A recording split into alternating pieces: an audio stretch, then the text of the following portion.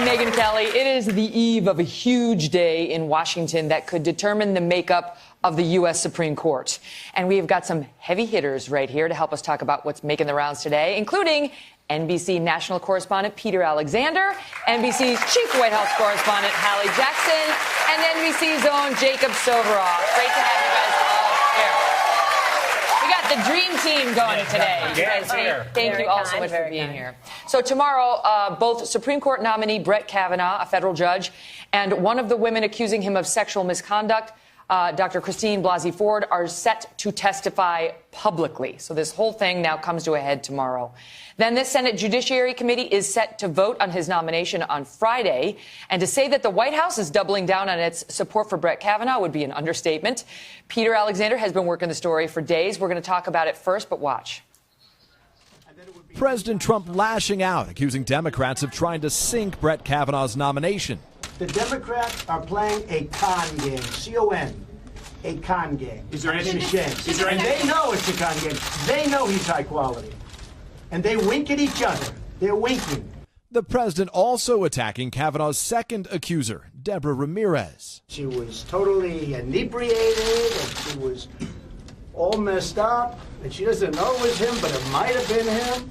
Oh, gee, let's not make him a Supreme Court judge because of that. Ramirez told The New Yorker Kavanaugh exposed himself to her during a drunken dorm room party at Yale in the 1980s, acknowledging she had memory gaps because she'd been drinking. The second accuser has nothing. She admits that she was drunk. She admits time lapses. There were time lapses. Overnight, Ramirez's lawyer firing back, saying there are witnesses who can corroborate Ramirez's account. Our client disclosed to her mother and her sister 35 years ago about what happened. There's plenty more people that need to be contacted, that if there's going to be a real investigation and find out what happened. A source familiar with the process telling NBC News Senate Judiciary Committee staffers interviewed Kavanaugh by phone about Ramirez's allegation, and that Kavanaugh again denied it. Democrats blasting Republicans for scheduling the committee vote on Kavanaugh for Friday before even hearing from Kavanaugh's first accuser, Christine Blasey Ford. Dianne Feinstein calling it outrageous, arguing it's clear to me that Republicans don't want this to be a fair process. Ford's legal team also upset about Republicans hiring an outside female attorney to question Ford and Kavanaugh at Thursday's hearing.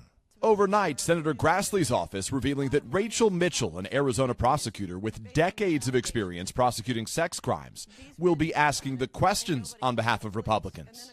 Mitch McConnell projecting confidence. I'm confident we're going to win. I'm confident that he will be confirmed in the very near future. Lisa Murkowski, a critical Republican swing vote, warning her colleagues not to prejudge the allegations, while indicating she thinks an FBI investigation is warranted. An investigation would certainly clear up some of the questions that are out there. So here we go. Looks like without anything happening between now and this time tomorrow, they're set to actually hear testimony from both of these two key witnesses.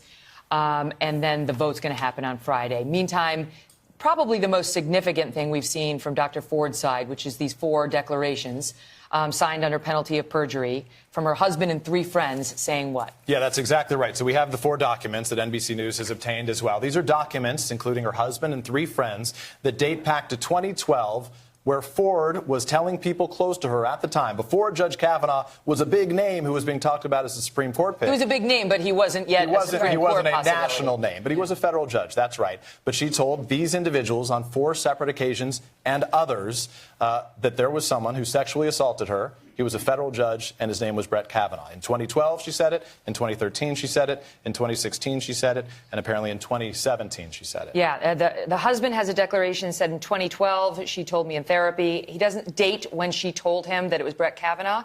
He says she said she was sexually assaulted in 2012 while another boy watched. It was traumatic. She was physically dominated.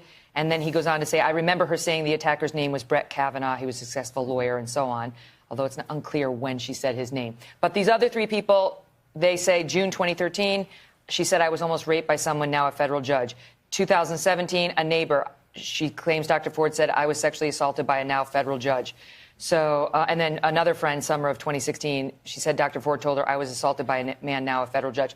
So that's, take the husband out of it, okay? Right. Just because husbands and wives, right? Fair enough. But those are 3 independent witnesses who say they know her, who said before this nomination she was saying, I was sexually assaulted by a federal judge. Before Brett Kavanaugh was even on the list that the Federal Society helped put together of people who could end up on the Supreme Court.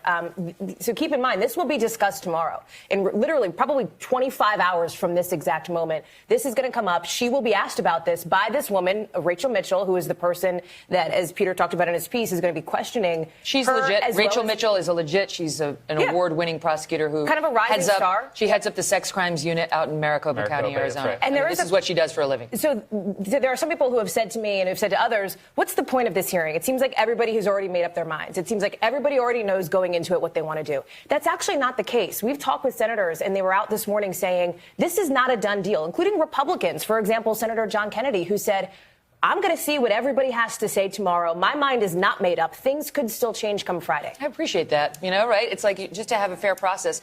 It's like if you went, you'd be disqualified from serving as a juror if you showed up at any trial and said, my mind's made up, I'm done. I do not have an open mind. You'd be out. So I appreciate them at least saying, I'm trying to maintain an open mind. One of the things that I'm baffled by is, and obviously I don't, I'm not a legal expert and I'm not an expert in congressional testimony, but these affidavits are so powerful.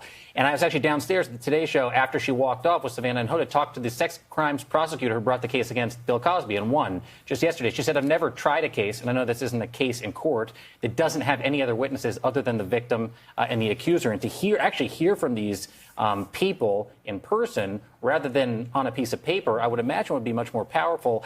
And I wonder how that will change the dynamic. But what these prove, as a lawyer, I'll tell you what these prove is that Christine Ford believed she was sexually assaulted by a federal judge prior to right now. And maybe Brett Kavanaugh. And it would appear that there was no reason at that time, at least, that she would be making up that story about him specifically. That's the thing, is that these would suggest that it was a sincerely held belief by Dr. Ford that she raised prior to him being on the short list for the U.S. Supreme Court. But if I'm Kavanaugh's lawyer, or on his side, I'm going to say no one's questioning her sincerely held belief. That's exactly right. We're questioning whether it in fact happened that way and how memory gaps get filled in over the course of 36 years. And it wasn't any time prior to 2012 that she ever said this to anyone. You heard Brett Kavanaugh make that point. He said, I don't doubt that Christine Blasey Ford, when she says she was sexually assaulted, was sexually assaulted. His argument is, it just wasn't me. She just doesn't remember, and it simply wasn't me. But he is walking a line here because you don't want to diminish somebody's experience and memories. She's out. Something happened, she said. But, if you're the accused, that's the you do want to diminish it. I didn't understand that. I'm not trying to say it. He didn't even need to do that. But this, Brett Kavanaugh, in my opinion, Brett Kavanaugh shouldn't have gone on television, and he shouldn't have given that interview. I love Martha, and I thought she did a great job. I just think it was a misstep for him. Why? Because he looks on his heels, basically? Because, first of all the convincing statements he was offering. If I say to you, did you rob a bank this morning? What do you say to me? No, certainly didn't. No.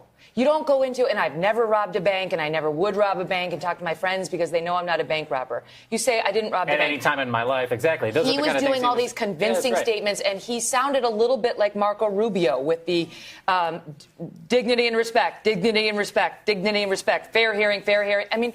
To me, he seemed so coached and so rehearsed that it was taking away from what he wants us to believe about it. So I spoke to someone who is familiar with this process, who has been close to Kavanaugh throughout the process, who said to me, after we saw it, we thought he did okay, but we think it would be okay to be a little bit more indignant during this and not as so you would be. You don't have to be angry at the accuser, but you can go out there and say, I never sexually assaulted Dr. Ford. Period. End of report. Why can't you say, I was a kid, I was in high school, we did some stupid things. I will tell you right now, I never sexually assaulted any woman ever. Can we talk about... He tried to leave some room open for I was a kid and I got drunk But the things that he's doing to say that he didn't... Can we talk about the calendar for a second? Yeah, this just came out on the internet. Beach Week, it says on the calendar. These are Dr. Ford's... these are Brett Kavanaugh's calendars from June 1982.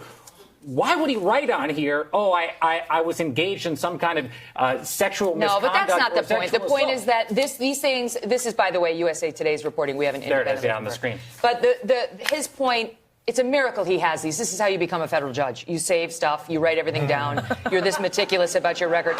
But there are parties noted on this thing. I went to this party, I went to that party, and none of the parties listed is consistent, they're saying, with her allegations. Do you think it's exculpatory, though? You look at these and say, oh, wow. Listen, if you're going to have... how do you disprove that you sexually assaulted somebody 36 years ago. I mean, if I were Kavanaugh, sure, I'd submit those. They're relatively probative. They're not a smoking gun. But frankly, her witnesses are not a smoking gun either. It's a test of her memory versus his. And I don't know that we're going to walk away on Thursday, evening knowing the truth. You're right. Who do you believe?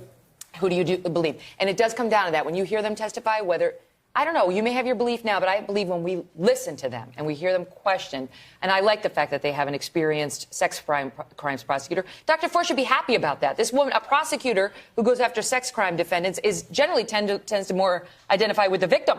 She should be happy with this choice. Just to conclude, it will be. We'll have a better idea. It may be an odd moment, though, when there are 11 Republican senators, all men, sitting there watching this woman. But they can't win, right? They can't win because the left was like, you can't have all these 12, 11 white guys cross-examining this woman. They have no experience. And so they find like a woman, and now they're like, oh, sure, they can't do it. It's like, which way do you want it? The bottom line is it is unprecedented. We have never seen anything like what we're going to witness on national television tomorrow. That's right. I know. Well, hold on.